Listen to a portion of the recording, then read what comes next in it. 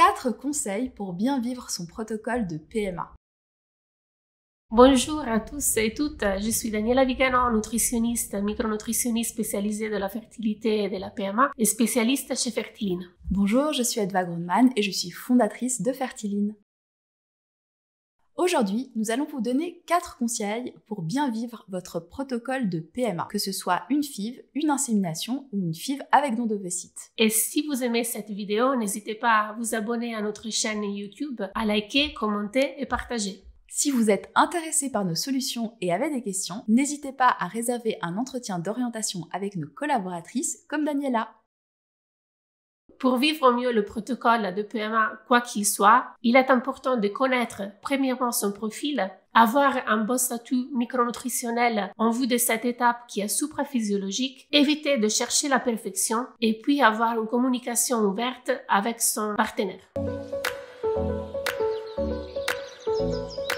Pour bien vivre son protocole de PMA, il est important tout d'abord de connaître son profil, c'est-à-dire son terrain, son corps. Par exemple, son statut immunitaire, inflammatoire, hormonal. C'est d'ailleurs le rôle de nos programmes PMA, le programme insémination, FIV avec don d'ovocytes, qui vont chercher à voir toutes les composantes de notre terrain afin d'optimiser toutes les étapes d'un protocole de PMA.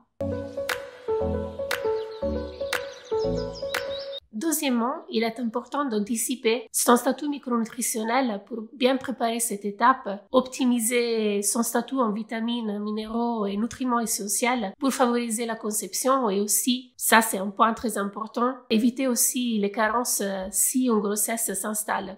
Il y a des nutriments qu'on considère comme des incontournables à préparer, donc il faut bien préparer son corps, avoir un statut optimal en ces nutriments essentiels pour bien préparer le terrain et puis optimiser son protocole de PMA. Par exemple, ça c'est une liste non exhaustive, donc après ça dépend aussi du terrain de chaque personne et des carences que chacun personnellement a. On a les vitamines du groupe B qui sont hyper importantes pour la division cellulaire, mais aussi le métabolisme des glucides et donc limiter la résistance à l'insuline. Ensuite aussi l'équilibre nerveux. Et puis ensuite, on a le zinc qui est un oligoélément hyper important pour tout ce qui est équilibre immunitaire, équilibre hormonal et puis pour favoriser la libido qui souvent est mise à mal durant un protocole de PMA. Ensuite, on a les acides gras essentiels, oméga 3, oméga 6 et surtout avoir un bon rapport entre les deux. Les oméga 3, surtout DHA, sont hyper importants pour la qualité des ovocytes, de l'implantation et puis il est hyper important du début de la grossesse pour favoriser le développement du cerveau du bébé. La vitamine D pour l'immunité et on pourrait citer une dizaine d'autres.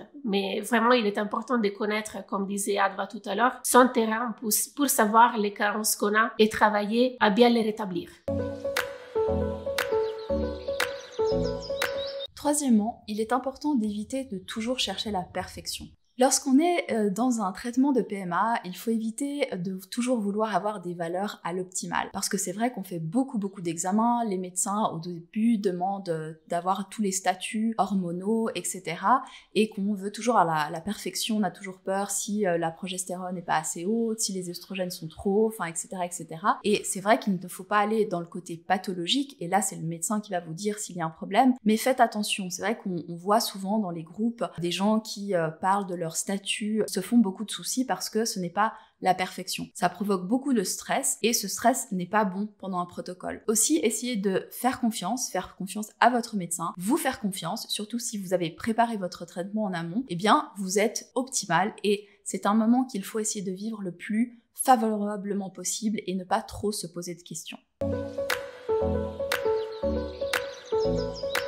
Et le quatrième conseil, c'est toujours avoir une communication ouverte entre les deux partenaires. Donc, il est important de faire sortir tous nos doutes, les peurs, les pensées, les émotions, les partager avec son partenaire et puis les faire sortir du système, vraiment les laisser partir et se mettre un peu dans un état de confiance. Organisez aussi des activités qui vous apaisent, que ce soit un petit week-end, que ce soit une activité à deux, mais essayez vraiment de faire des activités qui vous donnent du plaisir, qui vous apaisent et qui vous mettent vraiment dans un état de sérénité.